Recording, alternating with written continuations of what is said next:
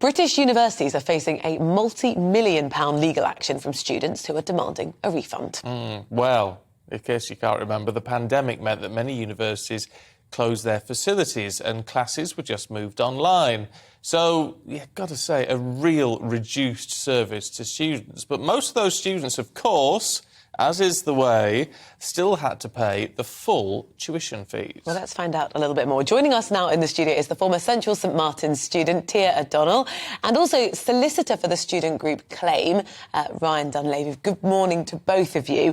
Tia, let's start with you if we can. So just talk us through, you finally get this place that you'd wanted to do, I think, since you were about 12, and then what was your university experience like? Well, it was a fraction of what I imagined it to be, quite frank. And, you know, since that has been one of my dreams to attend Central St Martin's, it is one of the most renowned art universities in the world with the most fantastic amenities.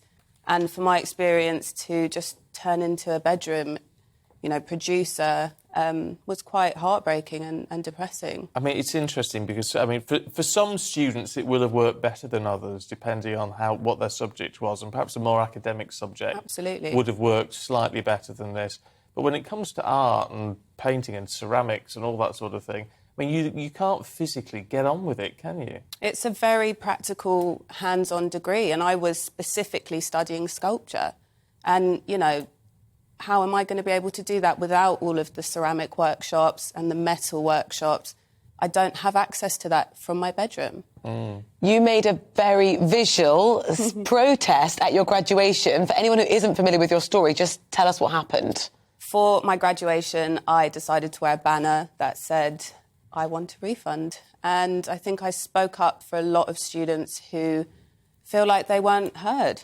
Yeah, I mean, it's quite a statement. I just wonder, what was the reaction from the staff on stage at the time?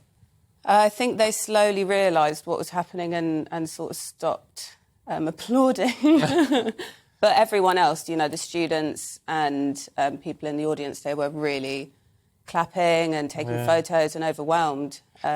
It's interesting, Ryan, as is always the case, when you speak to one side, it sounds like an open and shut case, doesn't it? But however, what are the universities saying? Because there's a reason why they're not sort of just going along with this, isn't there, and offering substantial refunds. They must say, well, look, we did the best we could under hard circumstances. They are saying that, but at the same time, they increased their profits by, I think it was over £1 billion for the 18 universities we're looking at between 2018 and now. So we're also looking at strikes, not just, and how that led to cancelled tuition, not just the lockdowns. And we're not saying they could have done anything differently, but it's a bit like if you buy a ticket to go and see The Lion King and you get sent the DVD instead, you'd expect to be paid back the difference in value between the DVD and actually going to see it. And we're not saying that, you know, they could have put the Lion King show on. What we're saying is that they overcharged. Yeah. And some universities increased their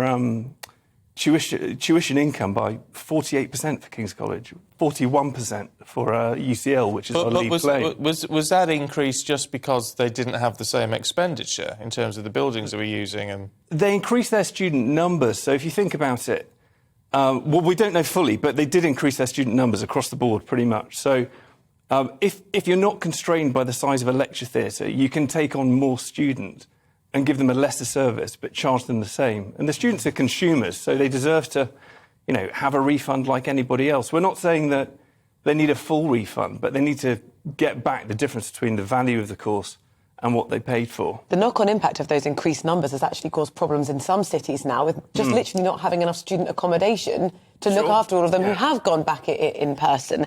It's not just art schools that you're looking to pursue this action for, it's other degrees. How do you sort of quantify the impact on each student if, obviously, if you had a very practical course, you've been really hindered. If you were doing a more academic one, maybe the refund isn't so great? We're going to have to work all this out. So we have formulae that we're using to calculate damages. So this is all to be negotiated or to be dealt with by the court. So you're absolutely right. Not every single course is going to be identical, but you know, people have to have, you know, this is a group action. There are 3 to 4 million students who are affected here. So there can't be 3 to 4 million individual claims. I mean, it would be ridiculous and it would snarl up the whole court system. So we have a group structure that we can use to do this. And this has all got to be fleshed out later. But, you know, we've done this because of a groundswell of students coming to us. It's not the other way round. So we've had 20,000 students coming to us saying it's just been an appalling service. We've been overcharged. Employers don't value our degrees as much as other people's from the non-COVID period. And we feel that, you know, we deserve some recompense. We need the difference in value between effectively what was an online course and an in-person course, which is what we paid for. So we set up the student group claim. And where